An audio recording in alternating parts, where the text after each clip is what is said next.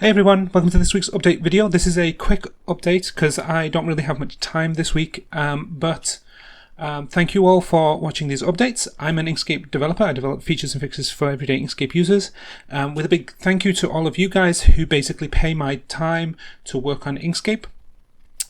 This week I wanted to talk about the pages stuff. Basically we have merged in all of the stuff to do with translating Inkscape specific elements to SVG standard pages. That stuff is merged. It caused a bit of a problem because a previous fix that another developer had put in that basically broke all of the defs their work had to be unmerged, but that's okay because that was a good catch. We actually fixed a bunch of stuff that would have caused a lot of issues if it had gone live.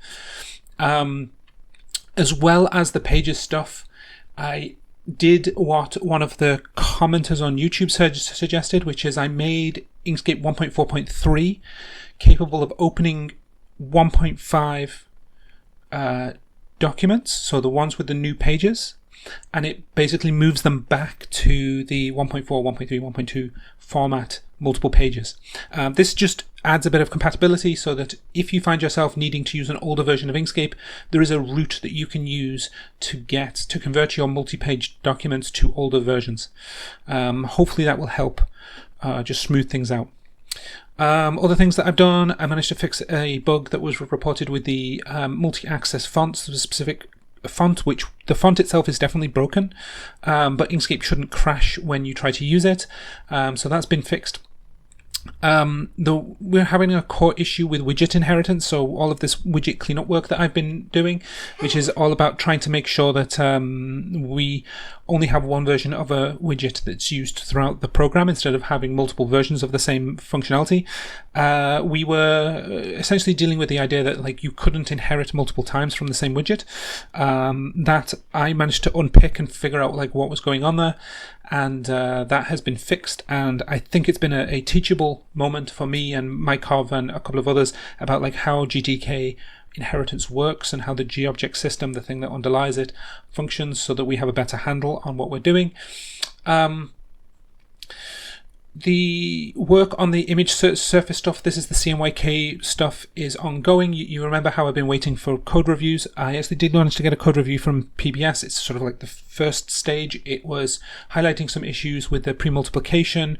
Those tests I actually found weren't enabled correctly, so I fixed all of those and expanded them to cover more stuff.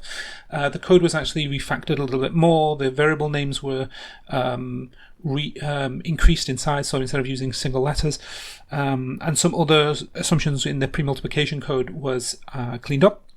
So that is now again waiting for more code review, and we'll see how that goes. I've been dealing with some other project related stuff, some website related stuff, and some administration related stuff.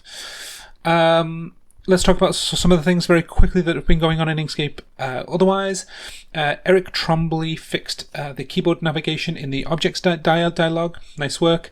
Charlotte, big props to her for fixing a long-standing bug where if you had a grid and you had two Inkscape windows open in Windows, Inkscape would actually flash back and forth between the two open windows, and you wouldn't be able to stop it until you exited.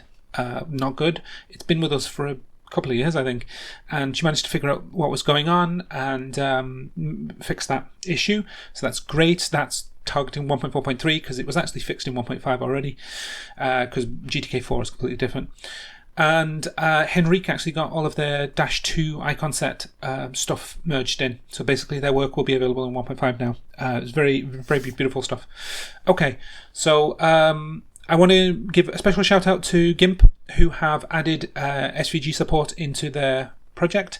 This basically just means that you can edit more of an SVG document that you create in Inkscape in GIMP.